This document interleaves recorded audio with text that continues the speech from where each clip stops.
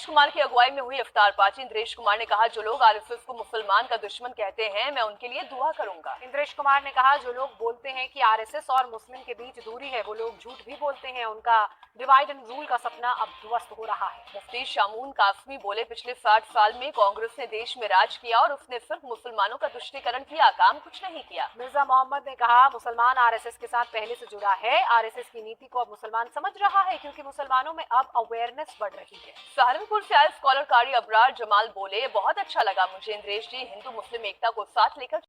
दोस्तों, आपने आरएसएस व बीजेपी व एसपी बसपा कांग्रेस आप अन्य सभी पॉलिटिकल पार्टियां आजकल इफ्तार पार्टी बनाने में व्यस्त है।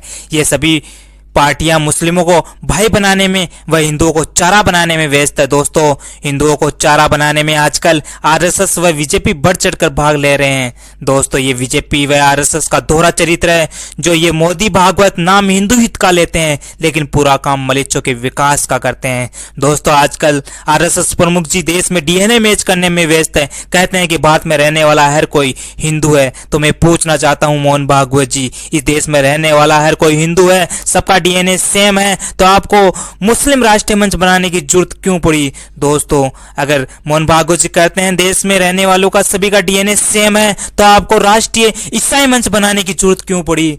मोहन भागवत जी, आप कहते हैं देश में रहने वालों का डीएनए सेम है सभी का, तो आपको धर्मांतरण की बात क्यों करनी पड़ी?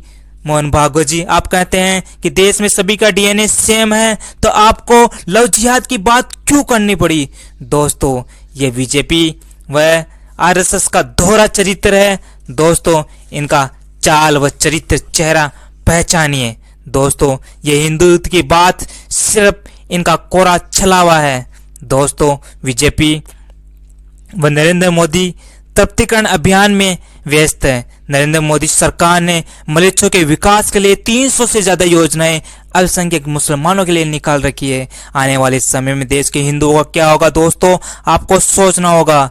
मोदी जी, देश में तो आपको सोचना होगा कि जब देश के कश्मीर में कश्मीरी पंडितों को घाटी से बाहर निकाला गया या मारा गया, तो बीजेपी व आरएसएस कुछ नहीं बोली। दोस्तों, जब बंगाल में पॉलिटिकल हिंसा में 1 लाख हिंदुओं को पलायन किया गया, पलायन हुआ, तब बीजेपी व आरएसएस कुछ नहीं बोली। दोस्तों, नुपुर शर्मा मामले में 10 से ज्यादा हिंदुओं का सिर धड़ से अलग किया गया, तब बीजेपी व आरएसएस कुछ नहीं बोली। दोस्तों, गाय पर राष्ट्रीय कानून बनाने पर बीजेपी व आरएसएस कुछ नहीं बोलती। दोस्तों, लव जिहाद पर राष्ट्रीय व्यापी कानून बनाने पर बीजेपी व आरएसएस कुछ नहीं बोलती। देश के 10 से ज्यादा राज्यों में हिंदू अल्पसंख्यक हो गए हैं, उस पर कुछ नहीं बोलती। दोस्तों, इन बीजेपी व आरएसएस के कालनेमियों से दूर रहे और पूर्णतः हिंदू पार्टी एकम सनातनवाद पार्टी से जुड़कर इन सभी मुद्दों पर आप